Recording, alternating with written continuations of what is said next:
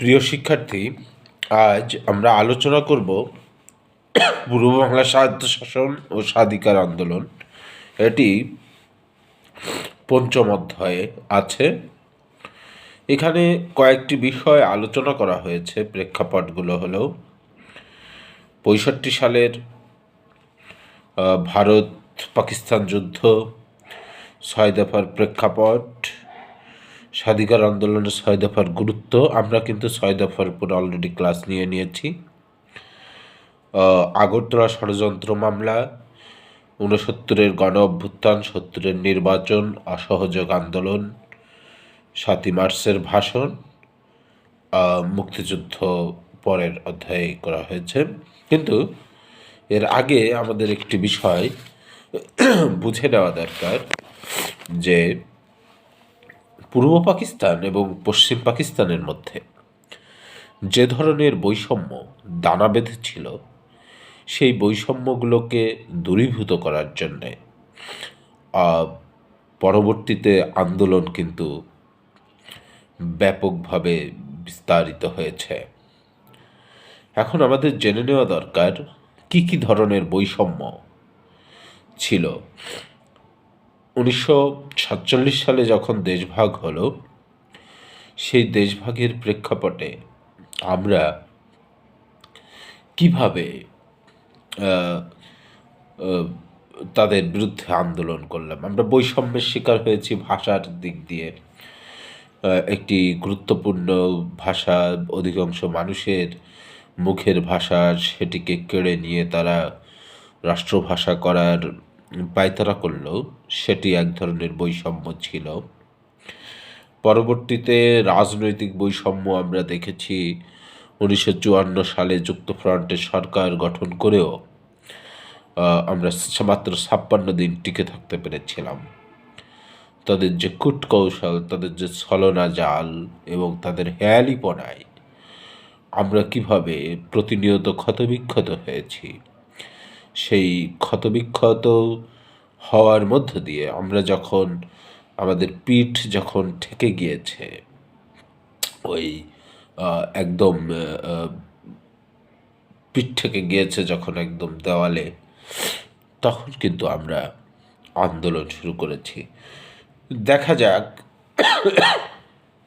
যে এই বৈষম্যগুলো কেমন বৈষম্য ছিল, পূর্ব পাকিস্তানের অবস্থানটা কি। পাকিস্তান ভারত যুদ্ধের যে প্রেক্ষাপট তৈরি হলো, সেখানে কিন্তু আমাদেরকে এই পশ্চিম পাকিস্তানিরা অত বেশি মিলিটারি দিয়ে সাহায্য করেনি। যদি ভারতবর্ষ আক্রমণ করতো এখানে, তাহলে হয়তোবা আমরা ক্ষতির সম্মুখীন হতে পারতাম। প্রথমত এই অরক্ষিত অবস্থায় রেখে দেয় ভারত পাকিস্তান যুদ্ধে পূর্ব পাকিস্তানকে। তারপর দুই অঞ্চলের প্রতিরক্ষার যে বিষয়টা আমরা কিন্তু 6 দফাতে দেখছি, শেষের দফাটা ছিল প্যারামিলিটারি গঠন করতে হবে। এটি খুব জোরালো একটা দাবি ছিল। সেনাবাহিনীর ন্যূনতম অস্ত্র ও গোলাবারুদ ছিল না আমাদের এখানকার। ভারত ইচ্ছা করলে যে কোনো মুহূর্তে বলেছি যে আক্রমণটা চালিয়ে সেটাকে দখল করে নিতে পারত। এবং এই যুদ্ধের সময় আমাদের এখানে প্রচুর পরিমাণে দ্রব্যের মূল্য, নিত্য প্রয়োজনীয় দ্রব্যের মূল্য বৃদ্ধি পায়, কিন্তু সেদিকে পশ্চিম পাকিস্তানিরা কখনোই কর্ণপাত করেনি।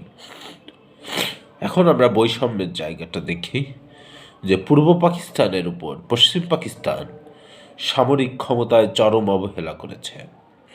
পশ্চিম পাকিস্তানের, এখন আমরা সামরিক বৈষম্যের কথা বলছি, পশ্চিম পাকিস্তানের সামরিক শক্তিতে নিয়োগপ্রাপ্ত বাঙালির সংখ্যা ছিল অতি নগণ্য।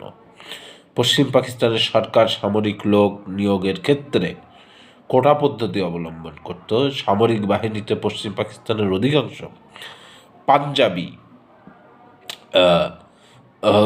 পাঞ্জাবি ক্ষমতায় ছিল। অধিকাংশ পাঞ্জাবিকে কিন্তু সৈন্য হিসাবে নিয়োগ দেওয়া হতো। কিন্তু মজার বিষয় হলো, আইয়ুব খান এরা বলতো যে বাঙালিরা হলো বেটে, এরা ভাবে সামরিক শক্তিতে বলীয়ান না, ফলে এদেরকে নিয়োগ দেওয়া যাবে না, এটি তার কিন্তু একটা ইয়ে ছিল। এটি এটি সাধারণভাবে বলতো, কিন্তু এর ভিতরে যে আরও ভয়াবহ জটিল কূটচাল ছিল, সেটি আমরা কিন্তু উপলব্ধি করব বৈষম্যের হার দেখে। 1955 সালে সামরিক বাহিনীতে 2211 জন কর্মকর্তার মধ্যে 82 জন ছিলেন বাঙালি, মাত্র 82 জন। এটিকে কি বলা যায় যে খুবই নগণ্য একটি পরিমাণ, যা খুবই 5%। এ সময় সামরিক অফিসারের মধ্যে মাত্র 5% নেওয়া হতো এই ইয়ে থেকে, বাঙালিকে নেওয়া হতো, আর 95%। তাহলে কতটা ভয়াবহতম অবস্থার মধ্য দিয়ে যেতে হয়েছে আমাদের এই বাঙালিদের। তারা কিন্তু সামরিক অফিসার হতে পারে। সেজন্য এখানে আমরা একটা ডেটা তুলে ধরব, বিভাগগুলো বলবো, স্থলবাহিনী, নৌবাহিনী, এগুলো। তারপরে পশ্চিম পাকিস্তানের যে পার্সেন্টেজ এবং পূর্ব পাকিস্তানের পার্সেন্টেজ আমরা এখানে বলবো। স্থলবাহিনী যেটাকে আমরা বলছি, স্থলবাহিনীতে 95% ছিল পশ্চিম পাকিস্তানি, এবং পূর্ব পাকিস্তানে ছিল মাত্র 5%, অর্থাৎ আমাদের এই বাঙালিরা। নৌবাহিনী, এটা কারিগরি শাখায় 81% ছিল পশ্চিম পাকিস্তানি এবং 19% ছিল পূর্ব পাকিস্তানি। নৌবাহিনী অকারিগরি, এই যে কারিগরি জায়গাতে একটু বেশি দিয়েছে, কিন্তু সেটা আসলে অত বেশি প্রভাবশালী নয়। নৌবাহিনীতে অকারিগরি, যেটা টেকনিক্যাল নয়, সেখানে 91% ছিল পশ্চিম পাকিস্তানি এবং 9% ছিল পূর্ব পাকিস্তান। তারপর বিমান বাহিনী যদি বলি, বৈমানিক, যেটাকে পাইলট বলছি আমরা, 91% ছিল পশ্চিম পাকিস্তানি এবং 9%। তার মানে আমাদের এখানকার তরুণদের কতটা ব্যাপক সংগ্রামের মধ্য দিয়ে চাকরিগুলো পেতে হয়েছে এবং আরও বেশি বৈষম্যের শিকার হতে হয়েছে, সেটি কিন্তু উপলব্ধির বিষয়। এবং সশস্ত্র বাহিনীতে সংখ্যার দিক দিয়ে যদি বলি, পশ্চিম পাকিস্তানিতে ছিল প্রায় 50,000, যদি আমি বলি 5 লক্ষ যদি বলি, পশ্চিম পাকিস্তানিদের ছিল 5 লক্ষ এবং মাত্র 20,000 ছিল পূর্ব পাকিস্তানে। এই যে ব্যাপক সামরিক বৈষম্য, এটি কিন্তু ভাবিয়ে তোলে পূর্ব পাকিস্তানিদের। ফলে এই বৈষম্যের পরবর্তী ইফেক্ট কিন্তু আমরা 6 দফার মধ্যে দেখব, এটি মনে রাখা দরকার। এবং প্রশাসনিক বৈষম্য, এটি আরও বেশি ভয়াবহ ছিল, কারণ আমরা জানি একটা রাষ্ট্রের পরিচালনার জন্য বিশেষ করে প্রশাসন কতটা গুরুত্বপূর্ণ ভূমিকা পালন করে। প্রশাসন মানে কি আমরা একটু জেনে রাখা দরকার। প্রশাসন হলো, শাসন মানে হলো পরিচালনা, আর প্রকৃষ্টভাবে পরিচালনা যারা করেন, কাকে পরিচালনা করেন? দেশকে। ফলে দেশকে পরিচালনার যে অধিকাংশ ভার, সেটি রয়ে গেল পূর্ব পাকিস্তানিদের উপর। অর্থাৎ সরকার উদ্দেশ্যপ্রণোদিতভাবে প্রশাসনে তাদেরকে ব্যবহার করেছে এবং পূর্ব পাকিস্তানকে ক্রমাগতভাবে ডিপ্রাইভড করেছে। এই যে বৈষম্য তৈরি করলো, সেটির পরবর্তী প্রভাব সম্পর্কে আমরা আলাপে যাব। প্রশাসনিক দিক দিয়ে চালিকা শক্তি ছিল সিভিল সার্ভিস কর্মকর্তাগণের উপর কাছে। যেমন সিভিল সার্ভিস আমরা বলি, যেমন এখন বাংলাদেশ সিভিল সার্ভিস, তখন ছিল Pakistan civil service. Bangladesh civil service, এটা বিসিএস বলি আমরা। এই যে প্রশাসনে যে কর্মকর্তারা নিয়োগপ্রাপ্ত হতেন, তারাই কিন্তু দেশ পরিচালনা করতেন। 1962 খ্রিস্টাব্দে পাকিস্তানে যে মন্ত্রণালয় গঠিত হয়, তার বেশিরভাগ শীর্ষস্থানীয় কর্মকর্তা ছিলেন পশ্চিম পাকিস্তানের। ফলে যত নীতি নির্ধারণ, যত সুযোগ সুবিধা সব কিন্তু পশ্চিম পাকিস্তানিদের পক্ষেই যাচ্ছিল। সেই ক্ষেত্রে এরা যখন ডিপ্রাইভড হলো তখন কিন্তু তারা ফুলে এবং আমরা আরও বলবো যে মন্ত্রণালয়গুলোতে শীর্ষস্থানীয়দের 954 জনের মধ্যে 119 জন ছিল মাত্র বাঙালি। 954-র মধ্যে যদি 100, তার মানে কি বলবো 830 জনের মতো, তারও বা কম, 830 জনের কাছাকাছি বা 20 জন এরা কিন্তু সরি এরা কিন্তু ছিল মাত্র বাঙালি 119 জন। ফলে এই যে বৈষম্য, এখন যদি আমরা সেটা কল্পনা করতে যাই, চিন্তা করতে চাই, তাহলে এমনিতেই আমাদের মধ্যে এর চিত্রটা আরো প্রগাঢ়ভাবে ফুটে উঠবে। 1956 খ্রিস্টাব্দে পাকিস্তানের কেন্দ্রীয় সরকারের 42,000 কর্মকর্তার মধ্যে 29,000 জন ছিলেন 2,900, 29,000 নয়, 42,000-এর মধ্যে মাত্র 2,900 জন ছিলেন বাঙালি। এই রেশিওগুলো কিন্তু আমাদের দিতে হবে যখন সৃজনশীল কোশ্চেন হবে, যে একই গ্রামের মধ্যে দুইটা অঞ্চল, সেখানে কেউ সুযোগ সুবিধা বেশি ভোগ করছে আর একজন কম করছে, এটা কার সাথে সংযুক্ত আছে, এই ধরনের সৃজনশীল কোশ্চেন হলে ছোট ছোট করে এই ডেটাগুলো আমরা ব্যবহার করব।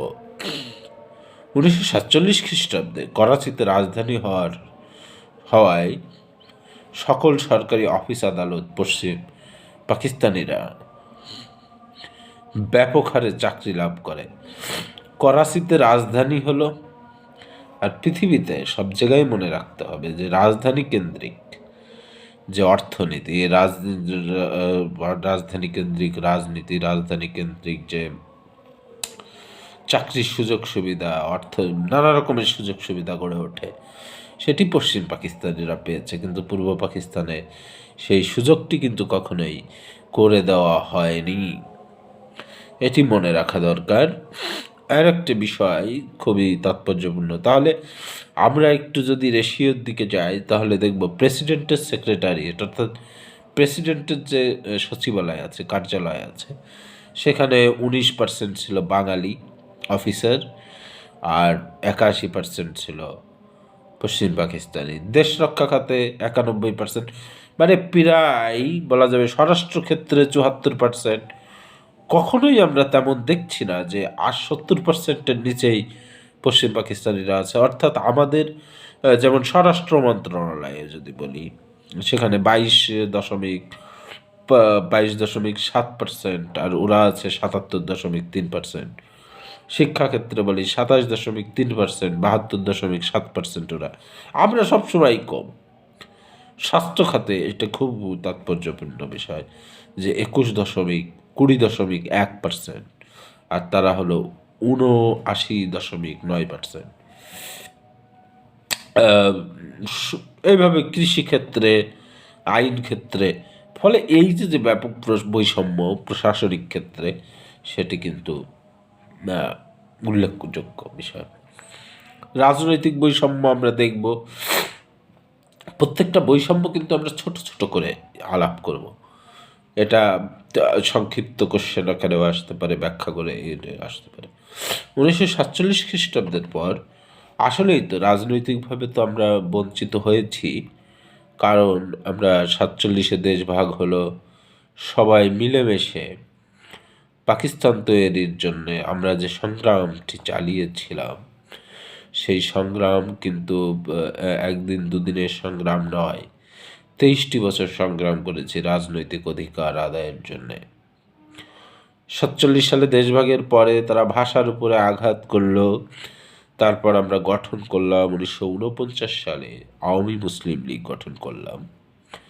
আমরা পূর্বে আলোচনা করেছি, কিছুটা করব আরও। এই আওয়ামী মুসলিম লীগ যে গঠিত হলো, এটি আমাদের রাজনৈতিক ভাবে যে আমরা হেয় প্রতিপন্ন হচ্ছিলাম, মুসলিম লীগের কাছে কুক্ষিগত হয়েছিলাম, সেটির প্রতিবাদ স্বরূপ।